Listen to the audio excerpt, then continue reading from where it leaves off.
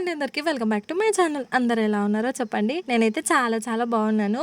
మేము చిన్నగున్నప్పుడు అంటే మేము ఊర్లో ఉన్న 4 ఇయర్స్ కూడా మార్నింగే లేచి బయటకొచ్చినప్పుడు ఎంత పీస్‌ఫుల్‌గా అనిపిస్తుండేనో సేమ్ అట్లనే మాకిప్పుడు కూడా అనిపిస్తుంది. లేచి బయటకొచ్చిన వెంటనే అప్పుడున్న ఇల్లు, ఇప్పుడున్న ఇల్లు అంతా ఒకటే. కానీ మా 3 కుటుంబాలు మాత్రమే మారిపోయినాయి. ఊర్లో అన్ని ఇల్లు పెద్ద తేడా ఏమి అనిపించలేదు మాకు. ఇంతకుముందయితే ఇంట్లోనే పడుకునేవాళ్ళము. మాకిట్లా కాంపౌండ్ లాగా కానీ ఇట్లా బండలు గానీ, పైన రేకులు ఇవేం లేకుండే కదా! ఇవన్నీ రీసెంట్‌గానే చేయించినాం కాబట్టి, మాకు కొంచెం ఇవి మాత్రమే కొత్తగా అనిపిస్తున్నాయి. ఇంకా నేనైతే ఈడికొచ్చినా, హైదరాబాద్‌కి పోయినా, ఏడికి పోయినా నేను లేట్‌గానే లేచేది. మా ఇంటి దగ్గర మాత్రమే. మా ఇంటి దగ్గర 5:30కి లేస్తే ఈడ చాలా లేట్ అయితది. హైదరాబాద్‌లో ఇంకా 8:30, 9 వరకు కూడా 10 వరకు కూడా పడుకునేదాన్ని.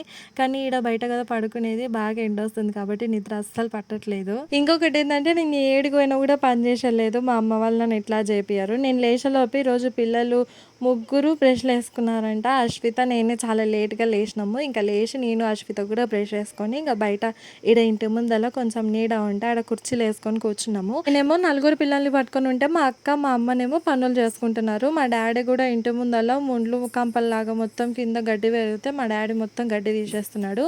ఇంకా ప్రస్తుతానికైతే మా పెద్దనాన్న, నవ్య పెద్దనాన్న, మా డాడీ ముగ్గురు కలిసి ఇప్పుడు సమాన్‌కి వెళ్ళేడుదుంది. సమాన్ ఎందుకంటే మేము దావరిని చేస్తున్నాము. ఎల్లమ్మ దావరిని. అది కూడా మా ఊర్లో కాదు. మా ముత్తాతల ఊర్లో, మా నాన్న వాళ్ళ తాత వాళ్ళ ఊర్లోనంట. యాక్చువల్‌గా మాది కొండూరైతే కాదంట. మాది అక్కడనే మారమునగలనంట. అక్కడి నుంచి వాళ్ళ తాత వాళ్ళందరూ వచ్చి అక్కడ అన్నీ అమ్ముకొని కొండూరులో వచ్చి సెటిల్ అయిపోయినారంట.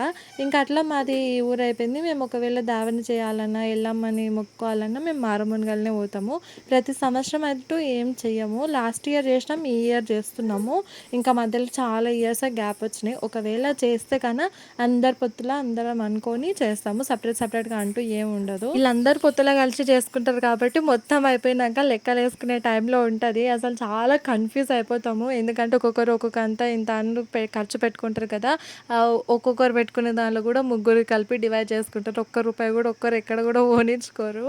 ఇంకా ఎప్పటినుంచో వాళ్ళు చేసుకుంటారు కాబట్టి పొత్తుల ఇప్పుడు ఇంక ఇట్లా అలవాటు. ఇంతకుముందు మా నానమ్మ ఉన్నప్పుడు మేము మారమ్మని అదే ఎల్లమ్మ తల్లిని దావని చేయడానికి వెళ్ళినప్పుడు అక్కడ మా నాయనమ్మ కుండెత్తుకుంటుండేనంట.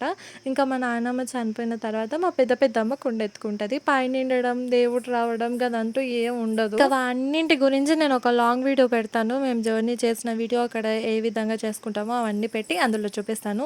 ఇంకా ప్రస్తుతానికి చూడండి మా పిల్లలు మా ఇంటి ముందలనేమో ఇసుక ఉంది. పొద్దున్న లేస్తే దానిలోనే ఆట అసలు బీభత్సంగా ఆడుతున్నారు. నా బిడ్డని ఎత్తిన చూడండి దూలిపే కొద్దీ ఇసుక రాలుతూనే ఉంది. కానీ నయ్యం ఇంకా ఒక్కరు కూడా నోట్లో పెట్టుకోవడం, తినడం గా పనులు అయితే ఏం చేయలేదు. తను ఎత్తినే నిండుగా పోసుకొని ఆడుతున్నారు. ఇంకా ఆమెను ఎత్తుకొచ్చుకొని కింద కూర్చోబెట్టుకొని చూస్తుంటే దులిపే కొద్దీ ఉసుక రాలుతూనే ఉంది పాప నెత్తి నుంచి. మా అక్క దిక్కైతే తిడుతూనే ఉంది. అంటే ఈ పిల్లల్ని ఎంత పట్టినా కూడా వాళ్ళైతే ఆగుతలేరు. ఇసుక అంటే పిల్లలకు పానం కదా, అందులో పిల్లలు మట్టిలో ఆడితేనే గట్టిగా ఉంటారంట కదా. అందుకే నాకు కానీ మా ఇంట్లో అందరం కూడా పెద్ద రెస్ట్రిక్షన్స్ ఏం పెట్టాం. దినం ఆడుకునేటోళ్ళు ఏం కాదు కదా, ఎప్పుడో ఒకసారి ఆడతారు కాబట్టి ఆడంతి అన్నట్టుగా వదిలేస్తాము. ఇట్లా మొత్తం ఆడుకున్న తర్వాత తీసుకొచ్చి నెత్తి దులుపుకుంటా లేకపోతే తల స్నానాలు చేపించి వదిలేస్తాము. ఇంకా పిల్లలని కొంచెం అప్పుడప్పుడు ఫ్రీగా వదిలేస్తేనే వాళ్ళ మైండ్ కూడా చాలా ఫ్రీగా ఉంటుంది కాబట్టి మట్టిలో ఆడేటప్పుడు మేము మాత్రం ఎలాంటి రెస్ట్రిక్షన్స్ అయితే పెట్టాం పిల్లలకి. రోజు ఆడితే ప్రాబ్లం అనుకోండి, ఎప్పుడో ఒకసారి ఆడతారు కాబట్టి ఏం బాధ ఏం అనిపించదు. ఇంకా ఇప్పుడైతే మా అక్క కూర్చొని దులుపుతుంది పాపకి. మా అక్కకి అశ్విత అంటే అసలు ఎంత పానమో, చాలా మంచిగా చూసుకుంటుంది అశ్వితని. ఫుల్గా సతాయిస్తుంది. నా బిడ్డకి ఏంటంటే కోపం చాలా ఎక్కువ. కోపం వచ్చినప్పుడు చేతిలో ఏది ఉంటే అది తీసి ఎత్తేస్తుంది. ఎవరినంటే వాళ్ళని కొడుతుంది, కొరుకుతుంది. కొరుకుడు అలవాటు మాత్రం చాలా తప్పు. మరిపియాలి, ఎట్లనైనా చేసి మరిపియాలి. ఇంకా ఆ పనులన్నీ చేస్తుంది కాబట్టి, అరుస్తుంది కాబట్టి ఇంకా ఎక్కువ సతాయించాలి అనిపిస్తుంటుంది మా అందరికీ, ముఖ్యంగా మా అక్కకి. ఇంకా ఆమె నెత్తిన మన్ను దులిపేసింది. నెక్స్ట్ మా అక్క కొడుకు, వాడికి నెత్తిన పెద్దగా ఏం లేదు కానీ వాడిని తిట్టి పక్కకు వచ్చింది. ఇంక ఈడనేమో మా అమ్మ కట్టెల పొయ్యి మీద పప్పుకేసింది. అంటే మాకు ఈడ గ్యాస్ సిలిండర్ అయితే లేదు. పెద్ద తీసుకొచ్చుకుందాం అనుకున్నారు కానీ కార్లో జర్నీలో హీట్ అవుతుంది, ఎందుకులో పేలితే ప్రాబ్లం అన్నట్టు తీసుకురాలేదు.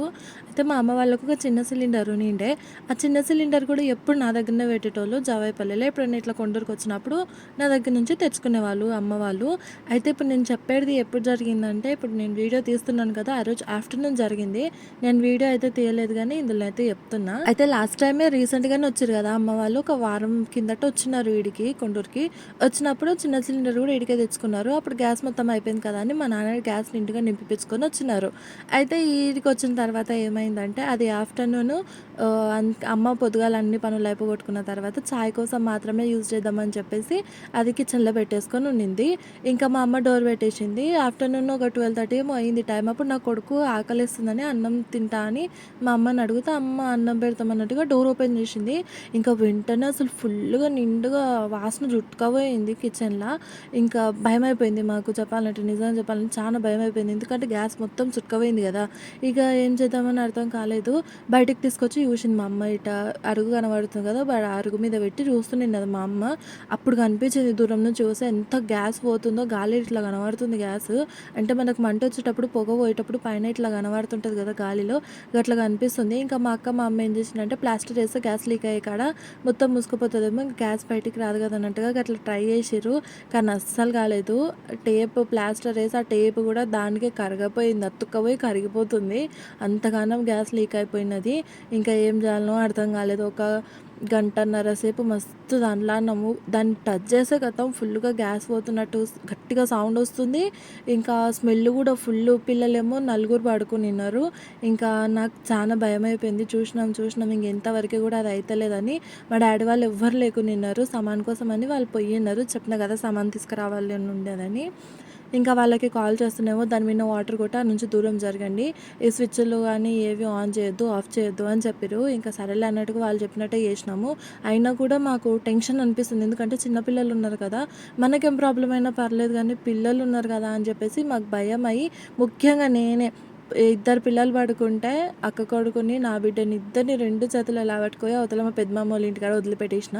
మా అక్క, మా అమ్మనేమో మిగతా ఇద్దరు పిల్లల్ని తీసుకొని వచ్చేసిండ్రు. ఇంకా అట్లా జరిగింది. అది మొత్తం గ్యాస్ పోయే వరకు దాని తిరుగు పోలేము ఇక మేము. గట్లనే వదిలేసినాము. ఇంకా మా పెద్దనాన్న వాళ్ళు, నాన్న వాళ్ళు అందరూ వచ్చిన తర్వాత గ్యాస్ సిలిండర్ తీసుకుపోయి అంటే నీడ ఉన్న దగ్గర చెట్ల కింద పెట్టి పైన ఒక గోను సంచి కప్పి పెట్టేసిర్రు. ఇంకా అదైతే ఏం పేలలేదు. దాని తిప్పల గ్యాస్ పోయింది. మా తిప్ప మేమందరం సేఫ్‌గానే ఉన్నాము. కానీ ఈవినింగ్ వరకే గ్యాస్ వాసన మా ఇంటి ముందల మొత్తం అట్లనే ఉండింది అది స్మెల్. ఇంక ఇదేనండి మా సిలిండర్ స్టోరీ. ఇంక ఇంతే ఇవాల్టికి వీడియో. మళ్ళీ వ్లాగ్‌లో కలుస్తాను. Bye bye.